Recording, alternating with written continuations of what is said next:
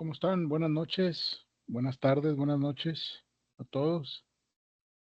Espero se encuentren muy bien. Vamos a ver hoy la clase de de matrimonio. El tema es el matrimonio. Buenas noches a todos. Permítame tantito.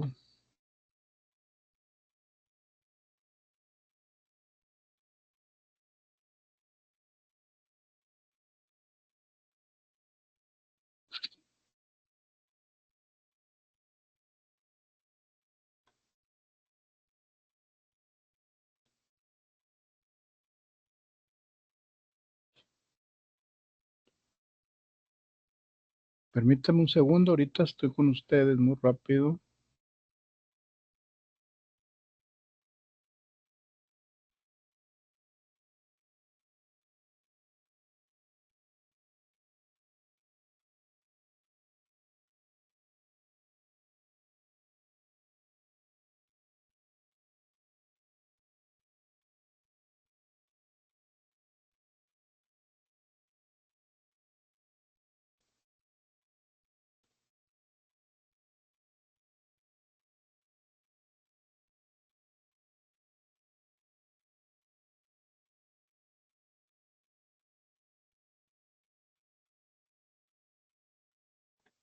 Ahí voy. Estoy corrigiendo aquí unas cosas que vi.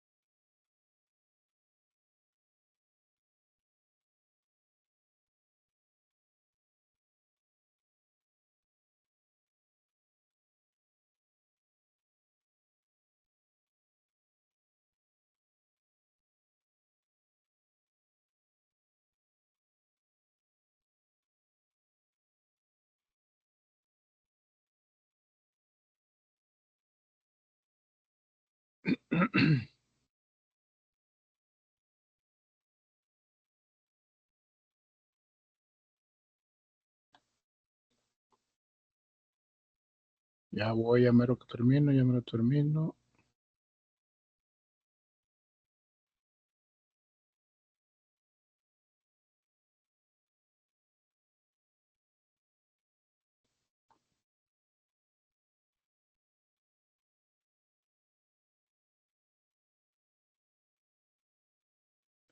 No se desesperen, ahí voy.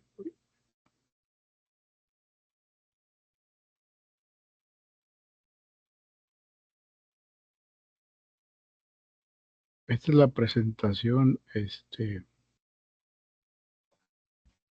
de las más, largas, de las más extensas.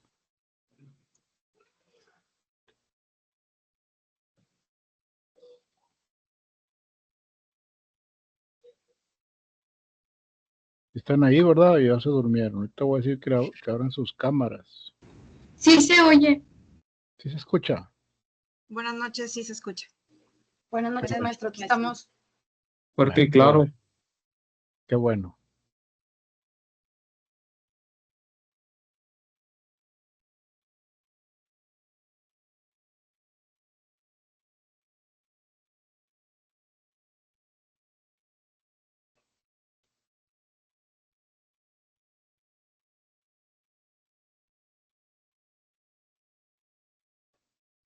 Muy bien.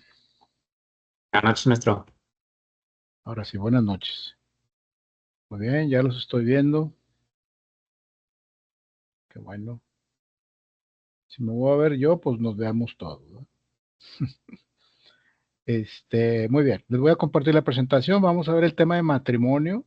Cómo nace esta figura jurídica, este acto jurídico, cómo nace y todo lo que conlleva, ¿sí? Y lo importante, lo importante que era el matrimonio en aquellos años, estoy hablando casi 100 años, lo que implicaba, decidir unirse a una persona en matrimonio, el gran peso que tenía, ¿sí? Aquí lo vamos a ir viendo y cómo con el tiempo, porque la humanidad va evolucionando y va teniendo más y mayores opciones de hacer más cosas, ¿no? Entonces, se les empieza a dar, ¿cómo lo puedo decir? Deja de ser el matrimonio tan rígido, ¿sí? Legalmente hablando, y se le empieza a dar se le empieza a dar como salidas, ¿no? Opciones para terminar, ¿sí? De una manera más sencilla. Entonces, pero es importante que veamos. Yo me recuerdo mucho una compañera, igual que ustedes estudiando hace ya un rato, y decía ella, oye, maestro, yo nunca había pensado, yo sé por casarme, dice, pero yo no había pensado todas las implicaciones y el fundamento que tiene el matrimonio, oye, ¿sí? Y se está dando cuenta todo lo que ha cambiado ahorita. Entonces dice, para mí, decía ella, y me llama mucho la atención, porque para mí es muy importante saber todo esto, porque pues lo tomas con mayor seriedad, con mayor importancia, con mayor conciencia de lo que es, ¿no? Entonces, bueno, pues sí, es cierto. La ley contempla todas las salidas, todas las opciones, toda la problemática que se pudiera presentar, etcétera, ¿sí? Pero inicialmente el matrimonio era algo, eh, este, un acto jurídico muy, pero muy importante, donde no se tenía pensado romperlo en ningún momento, ¿sí? No había salidas para decir, sabes que siempre no existía el divorcio como tal, ¿sí? No existía. ¿Sí? Entonces, imagínense cómo ha ido evolucionando. Entonces, vamos a ver la presentación y vamos a ver un poquito de historia. A mí me encanta la historia, me fascina. Este, entonces, dicen que si no sabes la historia, estás condenado a repetirla, ¿sí? Por eso es importante siempre saber de lo que estamos viendo ahorita, cuál es su fundamento, cuál es su historia, cómo fue evolucionando, etcétera, etcétera. Muy bien, les voy a compartir la presentación.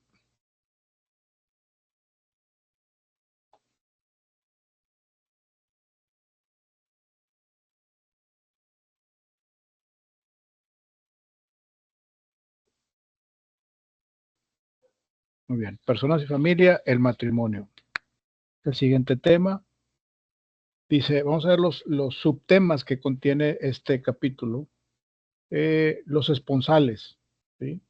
Evaluación y concepto actual del matrimonio, naturaleza jurídica del matrimonio, elementos esenciales y de validez del matrimonio, impedimento para contraer matrimonio, nulidad del matrimonio y efectos del matrimonio y concubinato. ¿Okay? Son los 8 temas que vamos a ver ahorita. Al final, vemos ahí preguntas y respuestas. Esponsales, ¿qué es esponsales?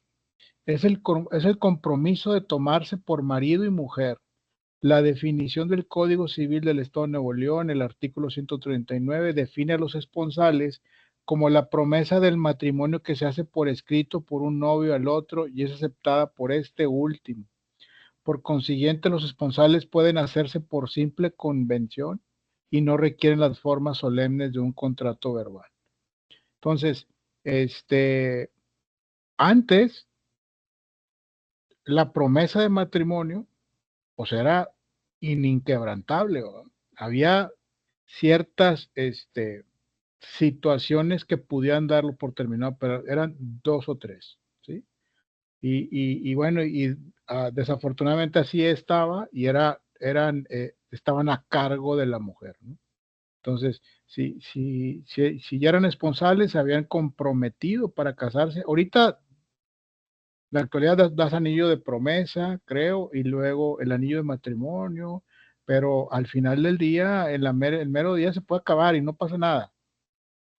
Antes no, antes era un sacrilegio cancelar eso, ¿no?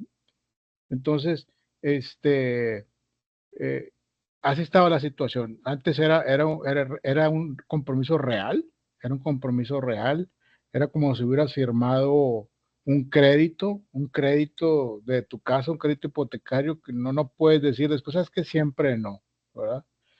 Ahora sí, el anillo de promesa es como un mero símbolo, y ya si no se llega a nada, pues no pasa nada. No pasa que te saquen unas lágrimas y de ahí no pasa. En cuanto a la evolución y concepto actual del matrimonio. Matrimonio, se afirma que el matrimonio constituye la base fundamental de todo el derecho de familia. Fíjense nomás, el matrimonio se afirma que constituye la base fundamental de todo el derecho de familia. El matrimonio como una fuente de derecho, del derecho de familia. De ahí radica todo, ¿sí? Desde ahí es donde surge todo el derecho de familia, toda la regulación que se refiere a la familia, a los hijos, al parentesco, al esposo, a la esposa, a los parientes, etcétera. Todo eso nace del matrimonio. Para el derecho mexicano se ha modificado radicalmente este punto de vista, por lo que primero haremos referencia a la posición tradicional que formula Rugeiro en los siguientes términos. Fíjense lo decía este señor, francés, creo, sí, es francés. Decía, fíjense lo que decía, estoy hablando esto de 1900, principios de 1900. Dice, el matrimonio es institución fundamental del derecho familiar, porque el concepto de familia reposa en el del matrimonio como supuesto y base necesarios. De él derivan todas las relaciones, derechos y potestades, y cuando no hay matrimonio, solo pueden surgir tales relaciones, derechos y potestades por benigna concesión, y aún así son estos de un orden inferior o meramente asimilados a los que el matrimonio genera. La unión del hombre y de la mujer sin matrimonio es reprobada por el derecho y degradada a concubinato. El concubinato hoy es ley y hoy está como una opción más, ¿no? Pero en ese tiempo era, fíjense lo que dice, degradada a concubinato, cuando no la estima delito de adulterio o incesto. El hijo nacido de unión extramatrimonial es ilegítimo y el poder del padre sobre el hijo natural no es patria potestad. Fuera de matrimonio no hay parentesco. Fíjense qué fuerte está esto. Ni afinidad ni sucesión hereditaria, salvo entre padre e hijo. Una benigna extensión limitada siempre en sus efectos. Es la hecha por la ley de las relaciones de la familia legítima a las relaciones naturales derivadas de unión ilegítima, y ello responde a razones de piedad y a la necesidad de hacer efectiva la responsabilidad contraída por quien procrea fuera de sus justas nupcias. La artificial creación del vínculo parental en la adopción no es más que una imitación de la filiación legítima. Hasta la adopción no les gustaba. Esta importancia y preeminencia de la institución que hace del matrimonio el eje de todo el sistema jurídico familiar. Fíjense, lo que hace del matrimonio el eje de todo el sistema jurídico familiar. Se revela en todo el derecho de familia y repercute aún más allá del ámbito de este. Se hace muy, muy fuerte esto, pero así es. Y ahorita pues nada que ver, las cosas han cambiado muchísimo, para bien o para mal, pero han cambiado muchísimo y los cambios van de acuerdo a cómo se van presentando.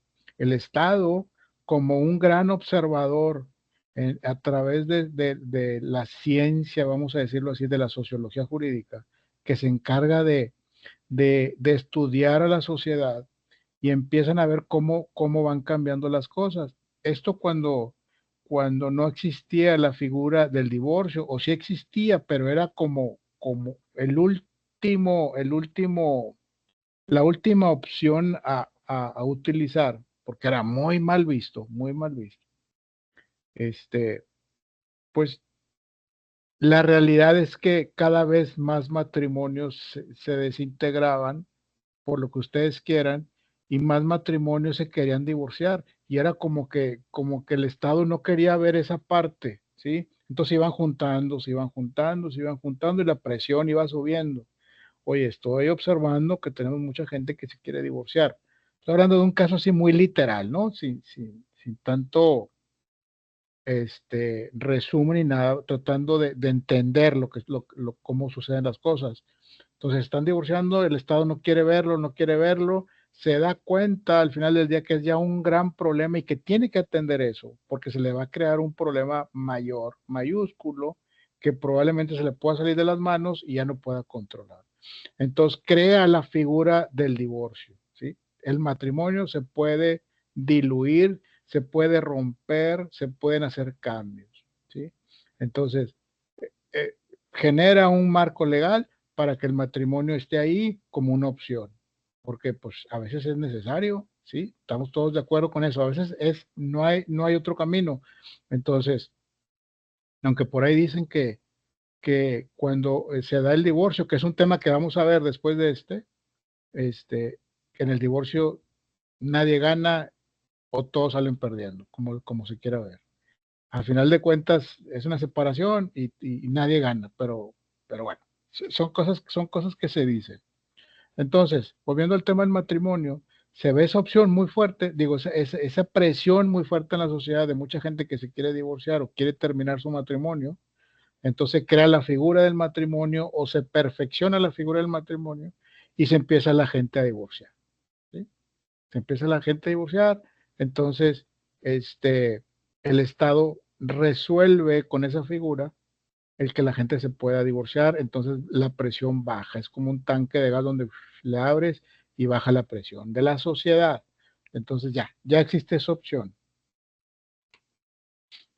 Dice, en el derecho mexicano, a partir de la Ley de Relaciones Familiares del 9 de abril de 1917, se sustenta el criterio perfectamente humano de que la familia está fundada en el parentesco por consanguinidad y especialmente en las relaciones que origina la filiación, tanto legítima como natural. Por lo tanto, el matrimonio deja de ser el supuesto jurídico necesario para regular las relaciones jurídicas de paternidad y maternidad y patria potestad, ya que tanto los hijos naturales como los legítimos resultan equiparados a efectos de reconocerles en el Código Civil vigente los mismos derechos y deberán ser sometidos a la potestad de sus progenitores. Entonces, ¿qué pasa en 1917? Ahí, ¿se acuerdan el texto que les leía? Los hijos fuera del matrimonio era no los quiero ver, es como tapar el sol con un dedo. No los quiero ver, no los quiero ver. Pero ¿qué pasó también? Muchos hijos sin reconocer, con ausencia jurídica, sin personalidad jurídica, y esos hijos iban creciendo, y luego a la hora de ir a la escuela, ¿tu papá quién es? No, pues no sé, y tu apellido, y se empezó a hacer un problema mayúsculo. ¿Sabes qué? Los hijos también fuera del matrimonio. También había convenios a nivel mundial donde el reconocimiento de los niños era importante, entonces no importaba si eran dentro o fuera del matrimonio, también era una presión social de carácter mundial. Entonces México no se queda atrás y ¿sabes qué? Vamos a reconocer a los hijos. ¿Sí? Los hijos fuera de matrimonio también se les va a atender, también se les va a dar seguridad, también tienen derechos y también tienen obligaciones. Entonces, para que los que estén dentro y fuera del matrimonio sean prácticamente iguales. En cuanto a la evolución sufrida en el concepto de matrimonio, fíjense cómo viene cómo viene naciendo la figura del matrimonio a través de estos 4 o 5 puntos que vamos a ver. Promiscuidad primitiva. Primero así empezó, como una promiscuidad primitiva. En las comunidades primitivas existió en un principio una promiscuidad que impidió determinar la paternidad y por lo tanto la organización social de la familia se reguló siempre en relación con la madre. De ahí el matriarcado. De ahí nace el matriarcado porque todos los grupos, aunque tuvieran una ligera separación entre ellos, por color, por origen, por lo que ustedes quieran, había mucha promiscuidad, todos contra todos, por decirlo así. Entonces todos los niños, la única que sabía que eran de ella era la mamá, pero los papás pues no sabían, y a veces a lo mejor ella ni sabía quién era el papá, lo que sí sabía ella eran que eran sus hijos, ¿sí? Entonces, por eso ella llegó un momento en que las mujeres que tenían muchos hijos, pues ella se encargaba de cuidarlos, ¿verdad? De manera natural, porque eso es instinto. Entonces, por eso nace la figura esta del matriarcado, ¿sí? Que todavía existe en algunas regiones y todavía hoy en día hay familias que, que el matriarcado estaba muy presente. Muy bien. Matrimonio por grupos. Va evolucionando un poquito. Se presenta ya como una forma de promiscuidad relativa, pues por la creencia mítica derivada del totemismo, los miembros de una tribu se consideraban hermanos entre sí y en tal virtud no podían contraer matrimonio con las mujeres del propio clan. De ahí la necesidad de buscar la unión sexual con las mujeres de una tribu diferente. Ahí se empiezan a separar, ahí se empiezan a dar cuenta que no pueden, tener hijos entre las mismas personas del mismo clan o del mismo grupo, y empiezan a entender esa parte y se empiezan a mezclar ellos, pero con otros grupos. Entonces ya se ve ahí una separación y ya más o menos se empieza como a formar esta organización, se empiezan como a organizar en ese sentido, ¿sí? Entonces ya esa promiscuidad empieza a bajar un poco. Matrimonio por rapto. En una evolución posterior, debida generalmente a la guerra y a las ideas de dominación que se presentan en las distintas colectividades humanas, cuando alcanzan cierto desarrollo, aparece el matrimonio por rapto, en donde la mujer es considerada como un botín de guerra. Esto pasó mucho todavía en la Segunda Guerra Mundial, en 1939, 40, 45, por ahí. Muchos de los americanos, por ejemplo, yo leí un libro de eso, pues se llevaban a muchas alemanas a Estados Unidos, alemanas y francesas, y los que quedaban más fregados, víctimas de la guerra, muchos americanos se las llevaban, en aras de esto, ¿no? De como un botín de guerra, así como si fuera, porque también se llevan armas, pistolas y cosas de esas como un recuerdo, pues también se llevaban a las mujeres. No es que eso no sale en ninguna película, pero hubo mucho de eso. Y más los americanos, porque también estaban presentes, pues estaban los ingleses, estaban los franceses, bueno, los franceses estaban del lado de Alemania, y así, pero más los americanos. Y pues bueno, las mujeres, pues no batallaban mucho porque pues irse a Estados Unidos también era como un atractivo también. Matrimonio por compra, se consolida ya definitivamente la monogamia, ¿sí? Adquiriendo el marido un derecho de propiedad sobre la mujer, quien se encuentra totalmente sometida a su poder. Los matrimonios arreglados, por decirlo de alguna manera, todavía en los 50, en los 60 todavía pasaba eso.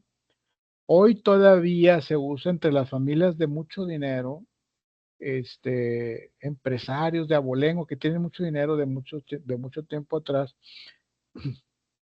pues entre ellos son su punto social, y entre ellos pues se casan, ¿no? Lo tienen más o menos ahí arreglado como una regla no escrita, más bien como una costumbre, el casarse no entre la misma familia, pero entre el mismo nivel social, ¿sí? Y el matrimonio consensual, que es el que conocemos, el matrimonio se presenta como una manifestación libre de voluntades entre hombre y mujer que se unen para constituir un estado permanente de vida y perpetuar la especie, ¿sí? Tal cual. Naturaleza jurídica del matrimonio y sus diferentes puntos de vista. Matrimonio como una institución, como un acto jurídico condición, como acto jurídico mixto. Acuérdense que hablamos del acto y hecho jurídico. Este es un acto jurídico. Como un contrato ordinario, como un contrato de adhesión, como estado jurídico y como un acto de poder estatal. Ahorita vamos a ver uno por uno. Perdón. Matrimonio como institución. En ese sentido significa el conjunto de normas que rigen al matrimonio, ¿sí? El matrimonio es toda una institución, es como si fuera una empresa que creas, ¿sí? Un hombre y una mujer y van eh, haciéndose grande, empiezan a compran una casa, empiezan a tener hijos, los hijos van a estudiar y la familia se va haciendo grande. O sea, la verdad es que te pones a verlo de esa manera y yo pienso, "Oye, qué bonito, ¿no? O sea, hombre, mujer, los hijos, y van creciendo, y ahí va la familia, y ahí va la familia, y luego los hijos tienen novias y se casan y la familia va creciendo y ahí se va, ¿no? Ahí se va, y ahí se va, y ahí se va. Ahorita, bueno, pues las cosas han cambiado mucho. Esa es una opción. Ese matrimonio como nació queda como una opción nada más, porque ya hay muchas opciones de matrimonios del mismo sexo, etcétera, etcétera, ¿no?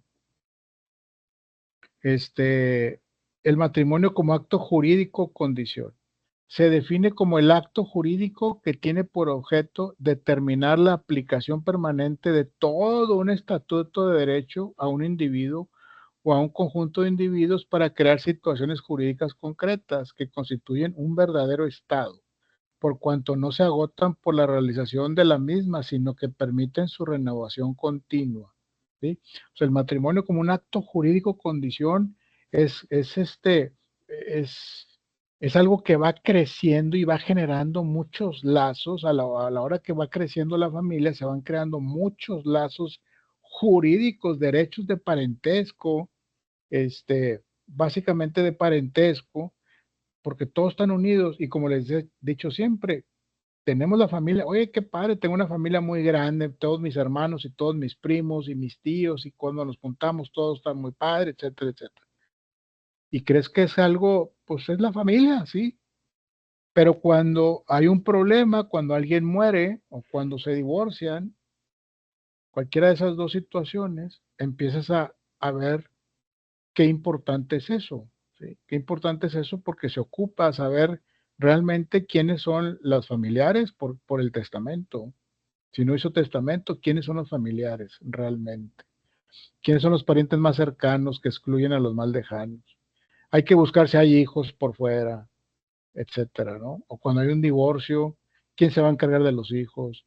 Este, las obligaciones que se generan después de realizado el divorcio, las obligaciones que se generan tanto el padre como la madre para con los hijos, ¿sí? Entonces todas esas cosas empiezan a ser importantes. Y tú, oye, pues es que la ley dice todo, la ley dice todo cómo hacerlo, porque ya está contemplado. Ya hubo un supuesto jurídico, una hipótesis jurídica de eso, y ya está la ley lista ahí para que se utilice cuando se requiera. El matrimonio como acto jurídico mixto. Se distinguen en el derecho los actos jurídicos privados, los actos jurídicos públicos y los actos jurídicos mixtos. Los primeros se realizan, o sea, los privados, por la intervención exclusiva de particulares. Los segundos por la intervención de los órganos estatales y los terceros por la concurrencia tanto de particulares como de funcionarios públicos en el acto mismo, haciendo sus respectivas manifestaciones de voluntad. El matrimonio es un acto jurídico mixto. ¿Por qué es un acto jurídico mixto el matrimonio? Porque es una combinación de actos jurídicos de índole privado y acto jurídico mixto de índole público. ¿Por qué? Porque los que se casan, pues es un acto jurídico entre privados, pero a la hora que van con el registro civil, ¿quién interviene? El Estado, ¿sí? A la hora que firman su acta de registro civil, o perdón, de acta de matrimonio, pues es el Estado el que está dando fe de ese matrimonio. Por eso dicen que es un acto jurídico mixto, porque intervienen particulares y el gobierno. El matrimonio como un acto ordinario. Esta ha sido la tesis tradicional desde que se separó el matrimonio civil del religioso, pues tanto en el derecho positivo como en la doctrina se ha considerado fundamentalmente como un contrato en el cual existen todos los elementos esenciales y de validez de un dicho o acto jurídico, especialmente si se invoca como razón el hecho de que los contrayentes deban manifestar su consentimiento ante el registro civil. Aquí vamos a ver más adelante, donde hay gente que dice que que el matrimonio es un contrato, es un simple contrato. ¿Por qué es un simple contrato? Porque tiene los elementos de validez de cualquier acto jurídico, manifestación de la voluntad, que el acto jurídico sea válido, que no haya ilicitud en el objeto. Entonces, por eso dicen, es un contrato y es un contrato que tiene sus cláusulas, a lo mejor no escritas, pero ya son cláusulas tácitas en las que debes de mantener, pues para que ese matrimonio este, eh, persista y siga durante el tiempo. Entonces, por eso está, pero otros dicen, no, es que no es un contrato, porque si puedes no cumplir ciertas cláusulas de ese contrato, y pues no pasa nada. Hay unas que sí pasa, pero otras no pasa, entonces pues no es un contrato, ¿va? Entonces ahí está una controversia. Ahorita vamos a ver un video sobre eso. Matrimonio como contrato de adhesión. Como una modalidad en la tesis contractual, se ha sostenido que el matrimonio participa de las características generales de los contratos de adhesión, toda vez que los consortes no son libres para estipular derechos y obligaciones distintos de aquellos que imperativamente determina la ley. ¿Sí?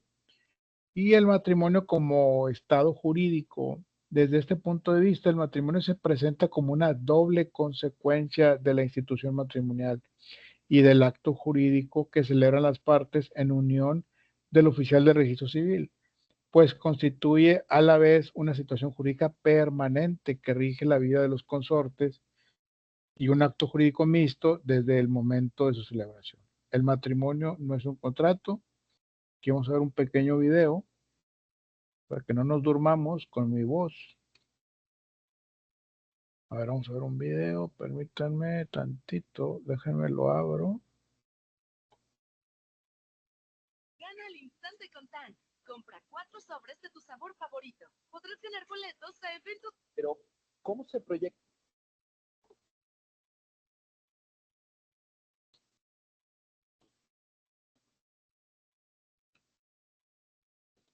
Voy a dejar de compartir y voy a salir yo de la pantalla para que no haya tema. Vamos a ver un pequeño fragmento donde está Miguel Carbonell. Es un abogado constitucionalista, experto en el tema de la Constitución. Ellos estudian mucho la Constitución.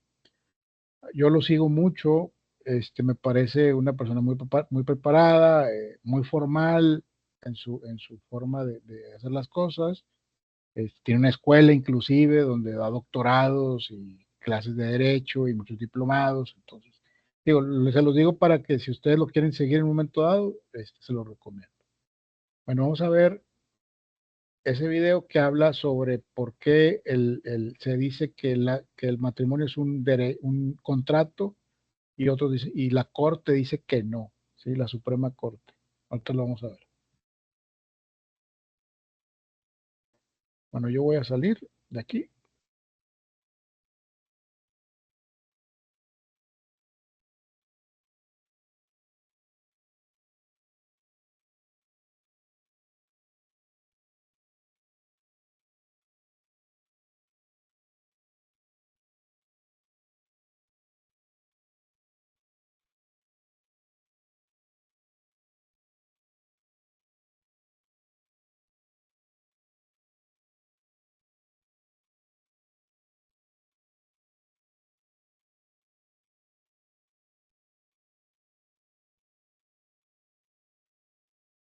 proyecta esto al tema del matrimonio? Es decir, el matrimonio tradicionalmente, a lo mejor a muchos de nosotros nos explicaron en la carrera, es un contrato civil, pero no lo entiende de esta manera la Suprema Corte. Y entonces, ¿cómo aplica la reflexión de la responsabilidad? ¿Qué nos puedes indicar al respecto? Exactamente, el matrimonio, a pesar de lo que muchos sostienen, la Corte no lo considera como un contrato civil, no lo considera como una relación estrictamente entre particulares, en donde se hacen mutuas concesiones o se establecen derechos y obligaciones tal cual acontece en un contrato de naturaleza civil. Más bien se considera que es una institución y que es un acto condición. A través de este acto condición, un caso individual se coloca dentro de una situación jurídica general previamente creada por la ley. Por eso es que los doctrinarios consideran incluso que por virtud del matrimonio una persona decide incorporarse a una institución previamente creada por una ley, que es la institución del matrimonio, pero no es un contrato. Sí interviene la voluntad de dos personas para incorporarse a esta institución, pero no es un contrato como tal. Dice al respecto la sentencia también que el matrimonio tiene esta especificidad que nos permite distinguirlo o distinguir como institución, como muy bien lo señalabas, de contratos civiles en virtud de que tiene aspectos, digamos, que tienen que ver con la vida privada de las personas, pero aspectos de interés público.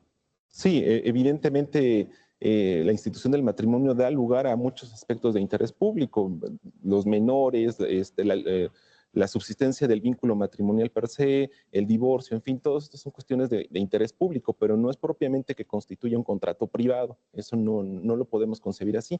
Y a partir de esta idea, tampoco podemos considerar que existe una responsabilidad contractual cuando se incumple algún deber matrimonial. Ahí está el engarce, ¿verdad? Entre el tema de la responsabilidad civil y esta concepción que la primera sala afianza, que por cierto ha sido materia de análisis en otros fallos de la propia Suprema Corte. Ya había venido trabajando con el tema del matrimonio. Exactamente, ya hay varios precedentes en relación con este punto, destacando que no es un contrato y que no puede dar lugar propiamente a una responsabilidad contractual. Porque si fuera un contrato al uso, digamos, un contrato como nos lo explican los civilistas en la doctrina tradicional, efectivamente tendría mucho sentido lo que destacabas, en el sentido de decir, bueno, pues si incumpliste un deber, pero un deber dentro del matrimonio, un deber casi conyugal. Exactamente. Eres responsable, me tienes que reparar, porque entonces, bueno, ahí la sala se separa, digamos, se distancia de esta visión y adopta una visión más vinculada incluso, yo diría, a derechos humanos. Hay una lectura constitucional y una lectura garantista. Y a partir de ahí, la sentencia de la primera sala lo engarza con libertad sexual, es decir, libre desarrollo, digamos, autonomía.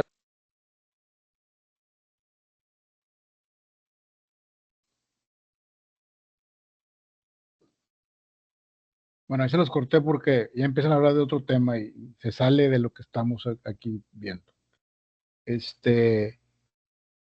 Pues hay esa diferentes maneras de interpretar el tema del matrimonio, si es un contrato o no, ¿sí? Bueno, continuamos.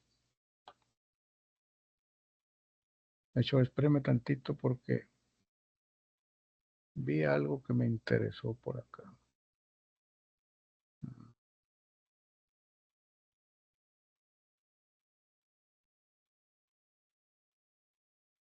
¿Dónde está? Buenas noches, maestro. Buenas noches. Ahí dice que no da responsabilidad contractual. O sea, porque un contrato, ¿qué responsabilidad tiene? Es casi igual, ¿no? Es pagar, dividir, no sé, algo así. Sí, lo que pasa es que es una responsabilidad contractual, sí, pero no hay como una consecuencia, ¿sí? No hay una consecuencia por decir, en la ley decía que me tienes que dar de cenar todas las noches y no me diste. No va a pasar nada, ¿sí? O me dijiste que me ibas a sacar todos los fines de semana y no me sacaste y pues, no va a pasar nada, ¿va? En un contrato civil viene todo el clausulado por escrito y si no cumples, pues va a haber una consecuencia, ¿verdad? Una penalidad, un castigo, un pago, etcétera. Por eso, más bien hablan del contrato como una obligación de estar juntos, una obligación intrínseca, tácita de estar juntos, y todo lo que conlleva de estar juntos, ¿sí? Ah, sí, ya entendí. Si no, se Ok. tendría que especificar punto por punto, pues nunca Exacto. terminaríamos. No te olvides. Eh. Muy bien, continuamos entonces.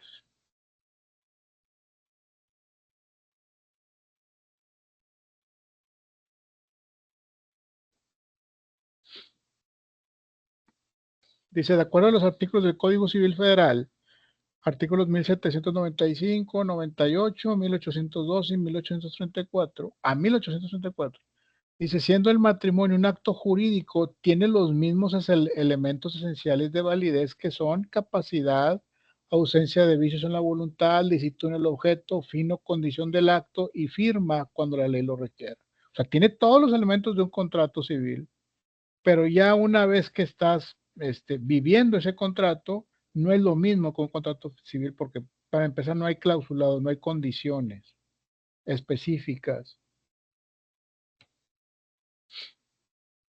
Vamos a ver aquí una comparativa. Dice, elementos esenciales de validez del matrimonio.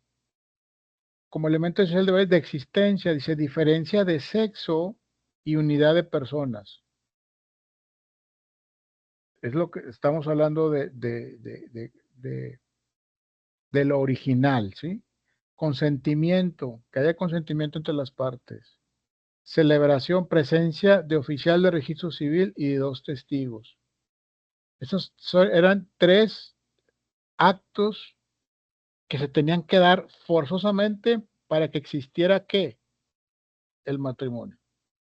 Diferencia de sexo y unidad de personas, consentimiento y y presencia del oficial de registro civil y 2 testigos.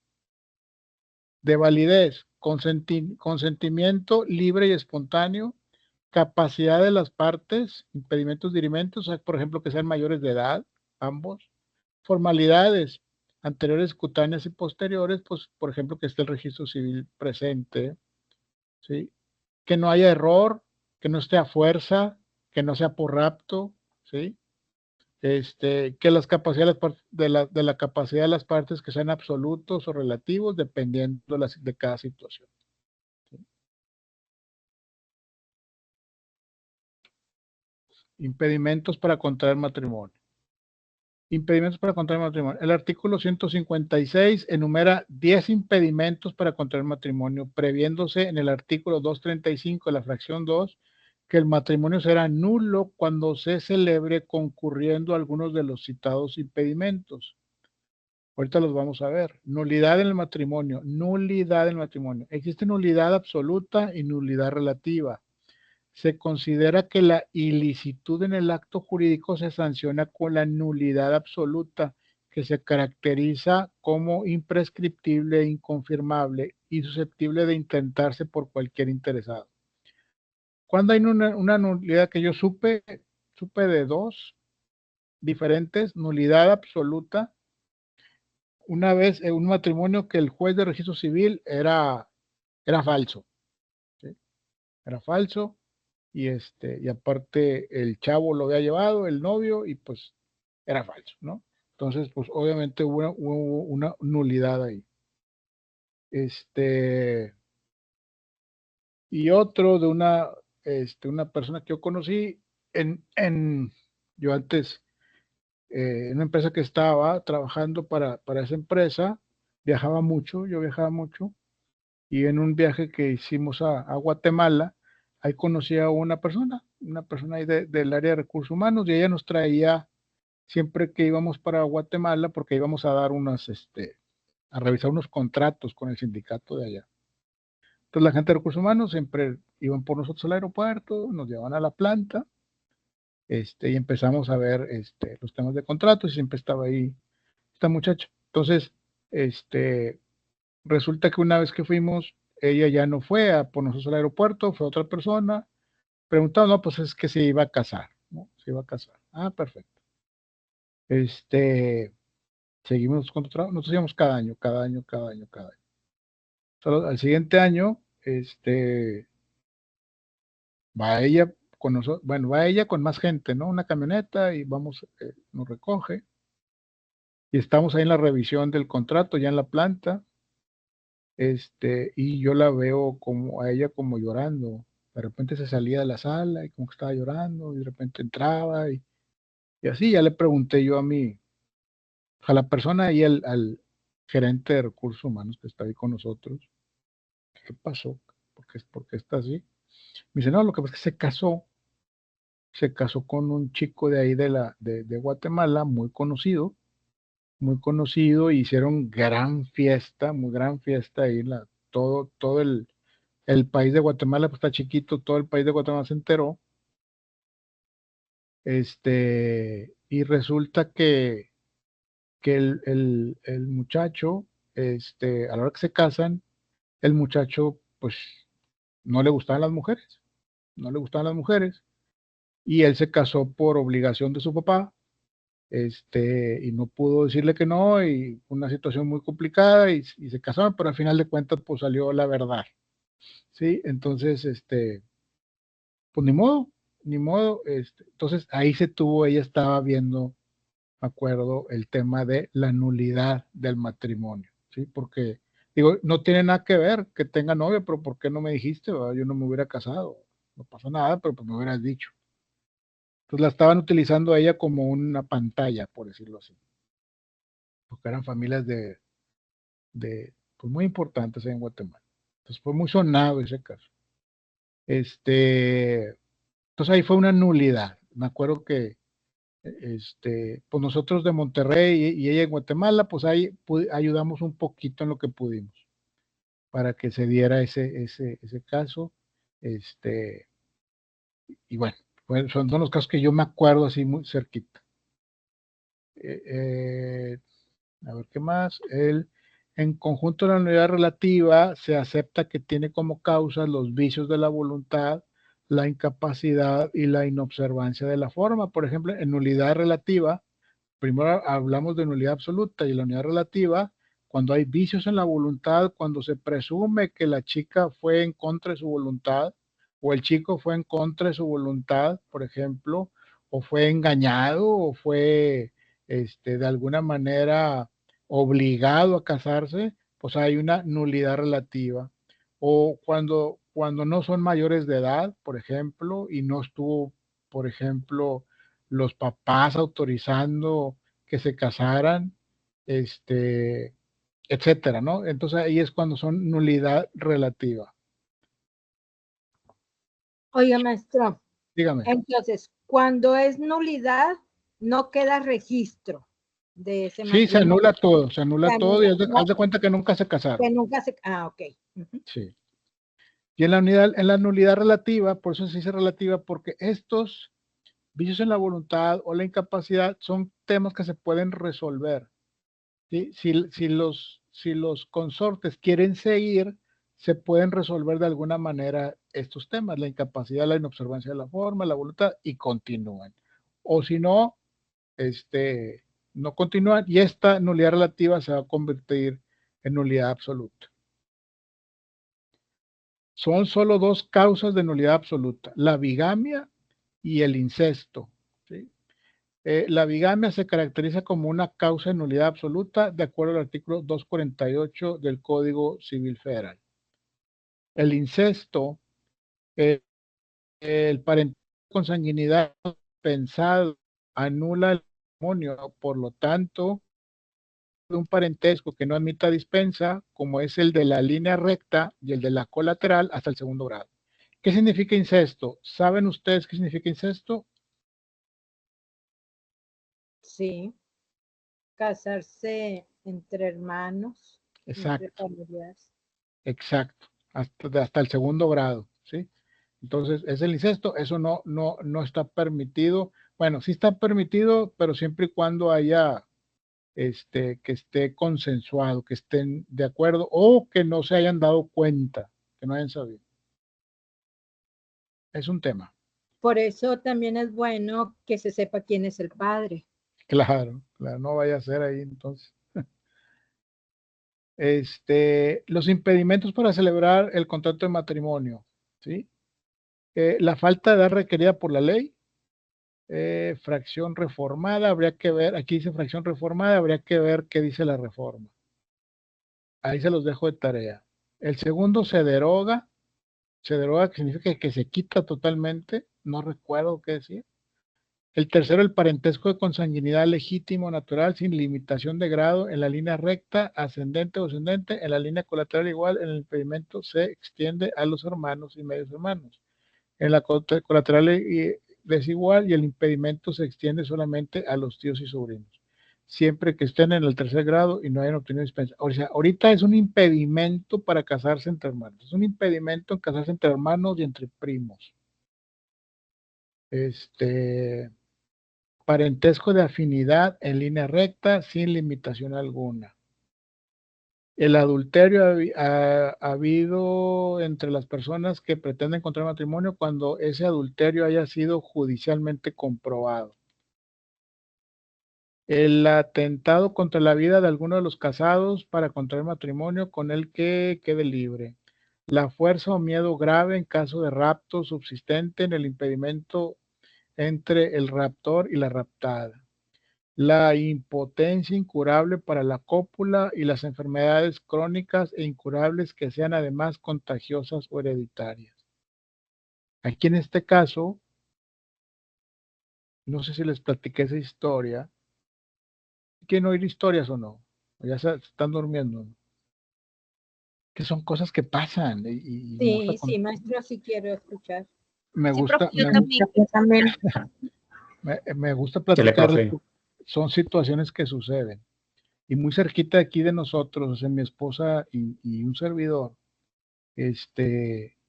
cuando nos cambiamos a la casa en la que hoy vivimos, pues varios vecinos nos empezamos a juntar, empezamos a hacer amistades con vecinos. Entonces había una chica, no voy a decir el nombre porque es medio conocida, había una chica, muy joven, pues guapa ella y muy emprendedora y muy así, y nos había dicho que se iba a casar o tenía como novio un español y lo conocimos a él, una vez lo trajo y ahí estaban, ahí convivió con nosotros, yo hice muy buena amistad con él, y total, se casan, nada más que pues obviamente sí nos invitaron a la boda, pero no fuimos porque era en España, la boda era en España. La fiesta después la iban a hacer acá en Monterrey, pero bueno, la cosa es que lo iba a hacer en España. Entonces se van a España, él de familias de mucho dinero allá en España, familias muy conocidas. Se van a España, allá se casan, y en la boda, y olvídense, una boda muy bonita, todo lo que ustedes quieran. Y de la boda, ellos se van en carro como a un hotel y cerca de España, o no sé dónde iban, y de ahí se iban a ir al aeropuerto y luego se iban a ir a su luna de miel. Pero cuando ellos se van solos en el carro, me acuerdo así como película, un convertible color rojo, se van los dos, y era como que carretera y no sé por dónde, por las montañas y todo. El caso es que tienen un accidente. Tiene un accidente y él queda mal, totalmente queda mal. No podía hablar bien, no podía caminar bien. Entonces estuvo en España, en el hospital, no sé, 6 meses, ponle, y ahí todo el tiempo.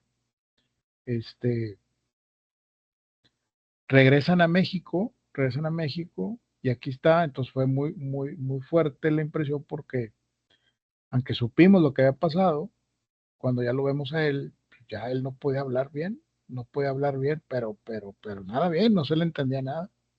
Y aparte, pues medio desfigurado de la cara y no puede aparte caminar bien. Y él era una persona así, pues imagínense, como español, muy fina persona y de mucho porte y todo. Bueno, todo se acabó. Siguieron casados como 4 o 5 años, así, hasta que se divorciaron.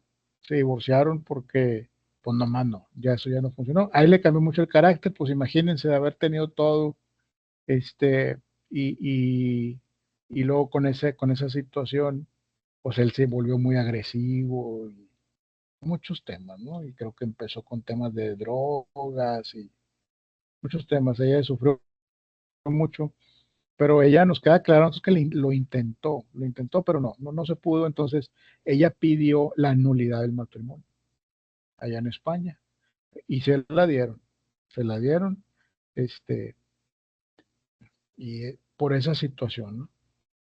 Entonces, pues son cosas que pasan, cosas que sí pasan, que parecen de película, pero sí pasan. Y ella ya regresó aquí a Monterrey y ya, ya no se casó, está con un chavo y están en se cambia, ya no viven aquí en la colonia, ya se fue a otro lado y ahí nos vemos ahí muy de vez en cuando. Pero tuvo esa experiencia. Bueno, fin de la historia. Muy bien. De los matrimonios nulos e ilícitos, son causas de nulidad del matrimonio. El error acerca de la persona con que se contrae, cuando entendiendo un cónyuge celebrar matrimonio con una persona determinada y lo contrae con otra, seguramente eso va a haber pasado, por eso está ahí. Que el matrimonio se haya celebrado concurriendo a algunos de los impedimentos enumerados en el artículo 156, que ya vimos, que se haya celebrado en contravención a lo dispuesto en el artículo 97, que ya todo eso ya lo comentó. Dice bien rápido porque ya se está acabando el tiempo.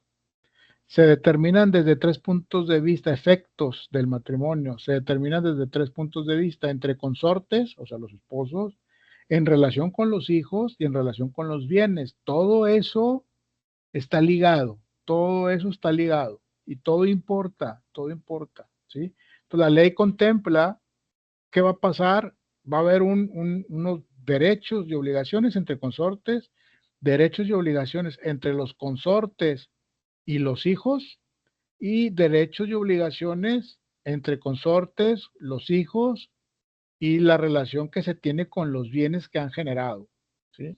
Entonces, es un cúmulo de situaciones que están entrelazadas entre sí, que se crea cuando hay matrimonio. Entre consortes, derecho a la vida en común, con la obligación correlativa de la cohabitación, el derecho a la relación sexual, con el débito carnal correspondiente, el derecho a la fidelidad con la obligación correlativa impuesta a cada uno de los esposos, el derecho a obligación de alimentos con la facultad de exigir asistencia y ayuda mutua. Con respecto a los hijos, para atribuirles la calidad de hijos legítimos, para legitimar a los hijos naturales mediante el subsecuente matrimonio de sus padres y para originar la certeza en cuanto al ejercicio de los derechos y obligaciones que impone la patria potestad. Perdón. En cuanto a los bienes, la ley designa dos vías bajo la separación de bienes y el de la sociedad conyugal. Bajo el esquema de separación de bienes es dividir entre los consortes las propiedades adquiridas antes y después del matrimonio. Por el contrario, en el régimen de bienes mancomunados, los bienes adquiridos dentro del matrimonio son y serán de ambos consortes. Perdón. ¿Estamos claros? Así como cuando se trata de parentesco de afinidad en línea directa, procede a considerar que existe nulidad absoluta de acuerdo con el artículo 242 cuando hay el tema del incesto que le llamamos. Efectos derivados de la nulidad del matrimonio en los cónyuges con relación a los hijos y con relación a los bienes matrimonio putativo. Y tengo un pequeño video que habla del concubinato. ¿Quieren que lo veamos ya? Son las 9:03. Bueno, entiendo que algunos Échale tienen de que ir. una vez. Sí, sí, Ok, maestro. ya está. Ahí, entiendo que algunos se tienen que ir, no pasa nada.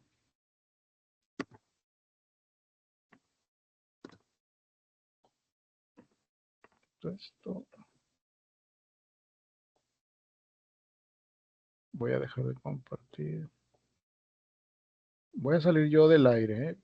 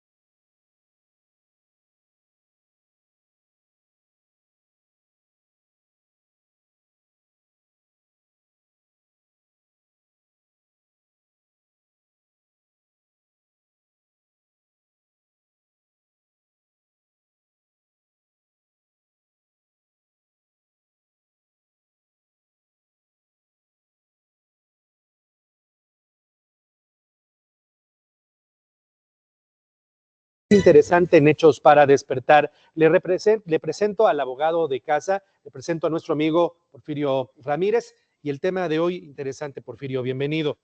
Los derechos de la concubina, es decir, los derechos de la pareja cuando no existe un matrimonio de por medio. ¿Cómo estás, Porfirio? Gusto saludarte. Carlos, muchas gracias por la invitación. Por principio, a ver, ¿estoy correcto en la definición? ¿Eso es la concubina? Sí, la definición de concubinato, yo creo que para aterrizar el tema podemos exponerla. El concubinato es la unión de facto o de hecho entre un solo hombre y una sola mujer que estando en aptitud de contraer matrimonio, es bien importante eso, en aptitud de contraer matrimonio, no lo han realizado conforme a términos de ley. ¿Cómo se comprueba el concubinato? ¿Cómo se da? ¿Cómo surge la vida jurídica? Siempre y cuando estas dos personas que están en aptitud de contraer matrimonio, como lo acabo de decir, pero no lo han hecho, vivan constantemente de forma como marido y mujer, permanente y pública durante más de 2 años.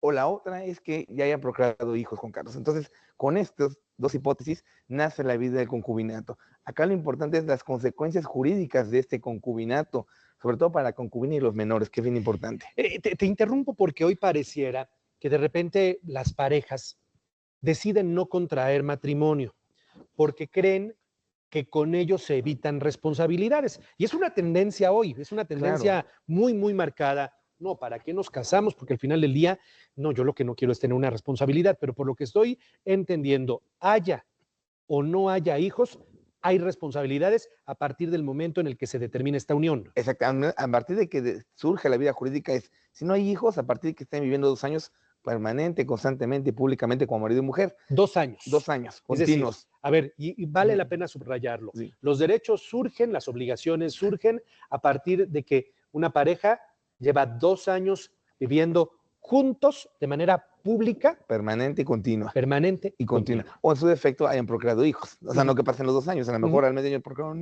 un hijo. Acá, ¿cómo lo acreditas? Tu concubina que no está viendo, señora que vive en esa situación, bueno, eso lo puedes acreditar ante un juez de lo familiar con una información testimonial o con las actas de nacimiento de los menores. Pero si no las tenemos, esa información testimonial hace las veces de tu acta de matrimonio. ¿Para qué? Para que tú tengas esos derechos a exigir. Derechos bien importantes, Juan Carlos. Tienes derecho a alimentos, obviamente, siempre y cuando no tengas otra forma de subsistir o de trabajar, siempre y cuando no hayas celebrado un matrimonio con otra persona u otro concubinato, y más allá tienes derecho inclusive como concubina o concubino a heredar. A ver, tocas otro tema bien importante. Hablas de él o de ella, es decir, los derechos y obligaciones son de los dos. Completamente. No únicamente hablamos de obligaciones para él y de derechos para ella. Ambos tienen derechos y obligaciones. Exactamente, ahí la ley lo que busca es esa equidad, ¿no? Esa igualdad de género ahora tan en boga en nuestra Constitución, en todas las leyes secundarias. Exactamente, tienes derecho a heredar sobre los bienes de concubino o concubina. E inclusive si el concubinato termina, también tiene derecho a alimentos. Acá lo importante es que la figura cambie en cuanto al matrimonio, porque una vez que termine ese concubinato, tú tienes derecho como concubino o como concubino a exigir alimentos. A partir, de entre 1 año te prescribe ese derecho, es bien importante. Va más allá el concubinato, Juan Carlos. E inclusive, si vamos a pensar que una pareja está en concubinato y muere el concubino y la concubina se encuentra encinta, es decir, se encuentra embarazada, bueno, eso tiene también que hacerlo saber al juez una vez que haya fallecido el concubino durante los 45 días siguientes. ¿Para qué? Para que el juez tome las medidas y el menor que está por nacer, el producto, tenga ese derecho a la filiación del concubino y pueda heredar también y tener el derecho a los alimentos. Si es que hay una sucesión intestamentaria o un testamento, puede entrar ese hijo producto del concubinato, siempre y cuando hay que ponerlo de conocimiento del juez de lo familiar 45 días después. Y para las cuestiones hereditarias, no tienes derecho a que tú como concubina puedes heredar de tu concubino si que fallece o viceversa, como cónyuge. Es bien importante. O sea, entras a un nivel de cónyuge para heredar, siempre y cuando que cuando tú como concubino fallezca uno de los dos, tú estés viviendo en concubinato, es decir, no haya terminado el concubinato. ¿Cómo termina el concubinato? Como matrimonio puede ser por la muerte, por la misma separación de los concubinos, y esto también origina derechos y obligaciones de todo tipo, Juan Carlos. Entonces, aquí lo importante es saber que el establecer una relación de facto sí lleva a obligaciones y sí lleva a derechos. Completamente, exacto. Y luego por desconocimiento de la ley o qué derechos tenemos, sobre todo, que es el tema acá central, es que no, muchas veces es vivir y piensan que, bueno, eso no trae consecuencias jurídicas. Claro que las trae, claro que la ley, la legislación civil reconoce esta figura, por lo mismo de que actualmente, como tú acertadamente lo acabas de comentar, se da mucho este tipo de uniones. Ojo, una cosa es que estén en aptitud de contraer matrimonio, ¿no? Si uno de los dos está casado, pues eso no es concubinato, ¿no? El concubinato, o si tienes un hijo fuera del matrimonio, pues tampoco es concubinato. Nacen otro tipo de derechos y obligaciones en cuanto al menor, pero no contra un concubinato como tal. Un concubinato es la unión de facto, conforme un matrimonio, pero no hay un acta de matrimonio como tal, pero sí puedes subsanarlo a través de este juicio muy sencillo que se llama información ad perpetuum, una información testimonial ante un juez, te emite una resolución y con esa resolución tú tienes derecho a reclamar todas las obligaciones que tiene para contigo el concubino. Bueno, pues Porfirio Ramírez es nuestro abogado de cabecera, periódicamente se encuentra con nosotros hablando de temas como esto. Porfirio nos hace un ofrecimiento. Si usted necesita alguna asesoría jurídica sin costo, él se la puede ofrecer, él se la puede dar. Usted...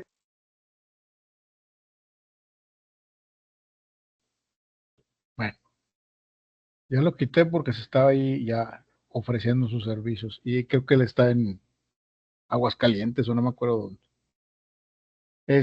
Con eso concluimos la presentación. ¿Dudas, preguntas? Tenemos chance de unas 2 o 3 preguntas. Adelante, mi estimado Aarón. Buenas noches, profesor. Yo tengo una duda. ¿Cuándo pasas tú a tomar posesión de algún bien inmueble cuando estás bajo el régimen de sociedad conyugal? Le comento por lo siguiente. A lo mejor es un tema muy aparte, no tanto de posesión, sino de pagar algún tipo de impuesto. Le comento. Adquirí una vivienda yo por mi cuenta, por mi parte, por mi trabajo. Entonces salió que mi esposa tenía tiene una vivienda a nombre de ella. La sacó cuando estaba soltera.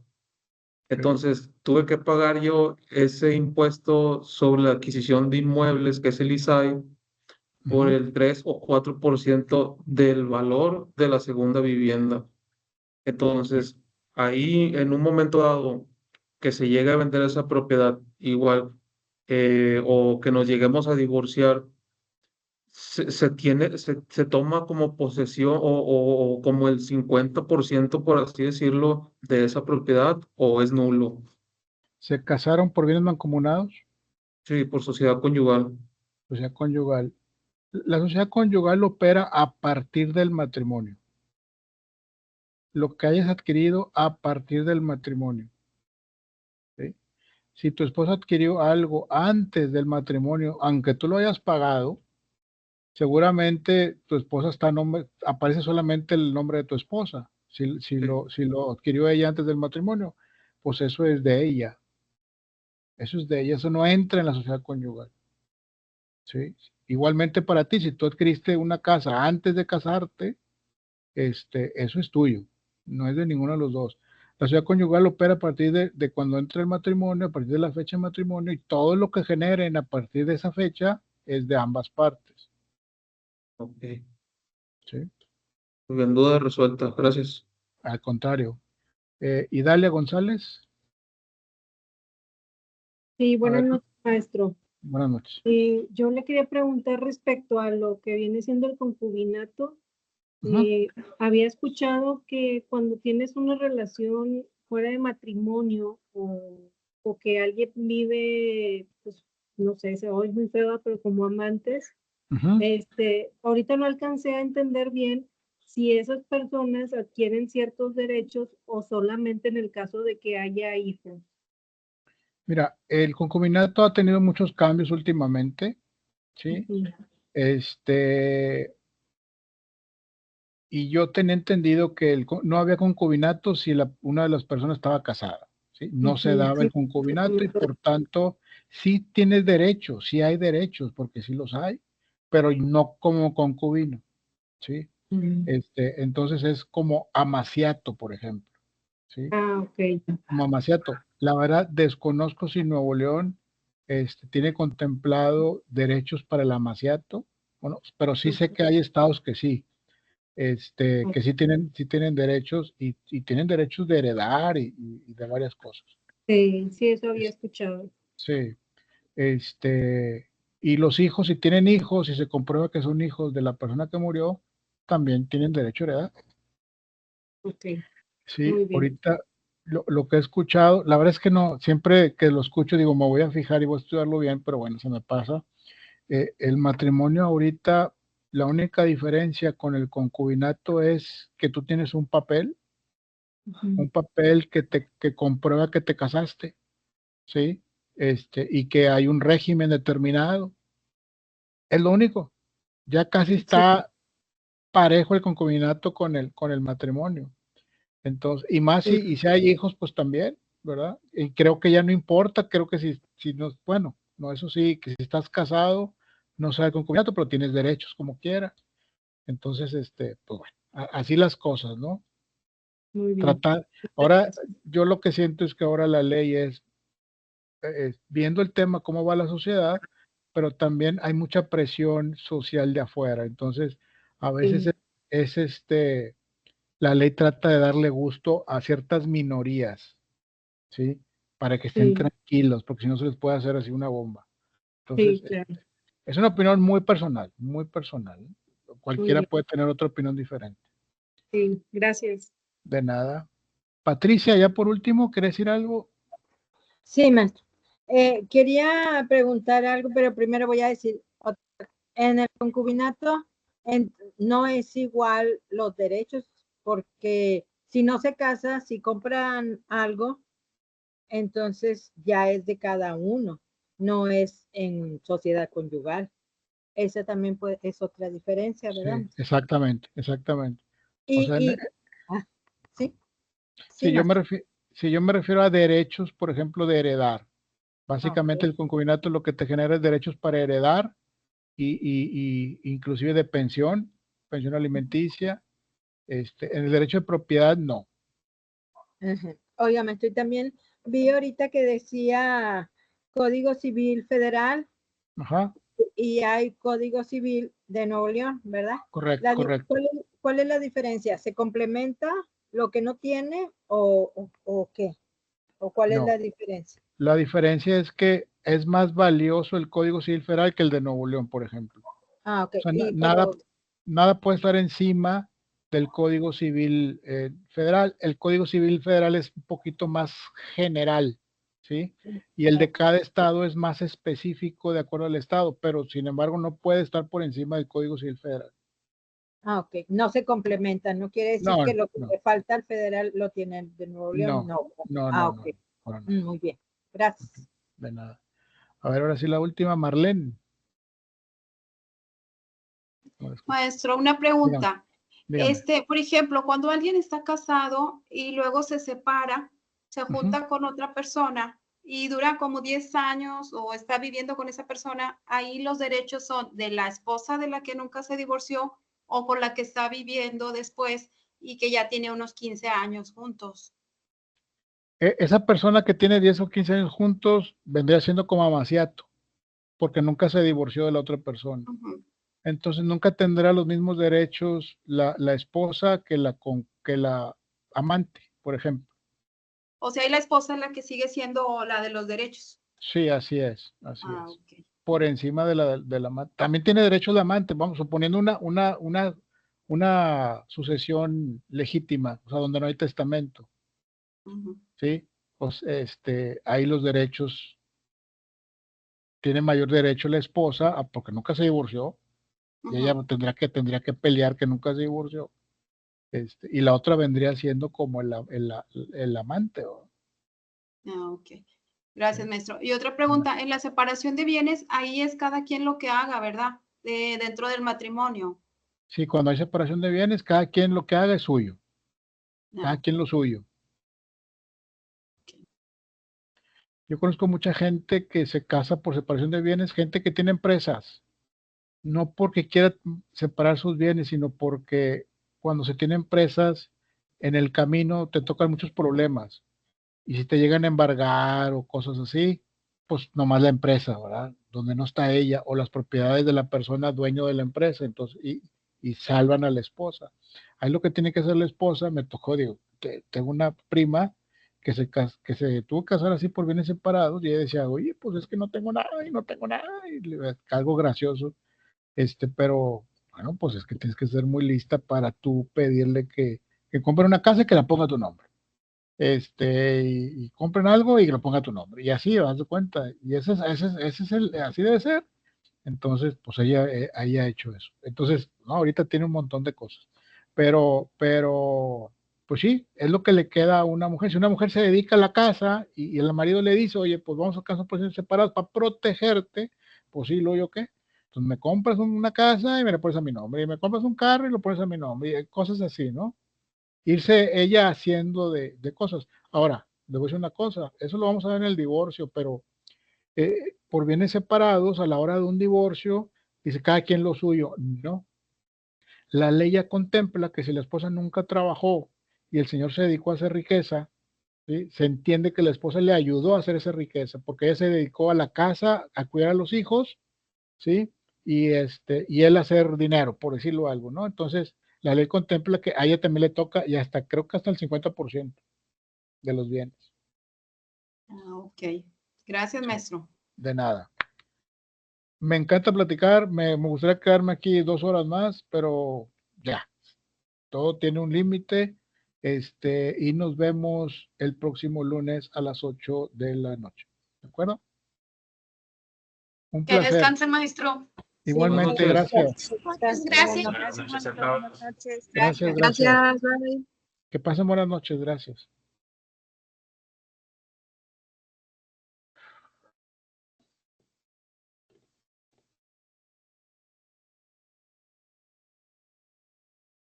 Gracias.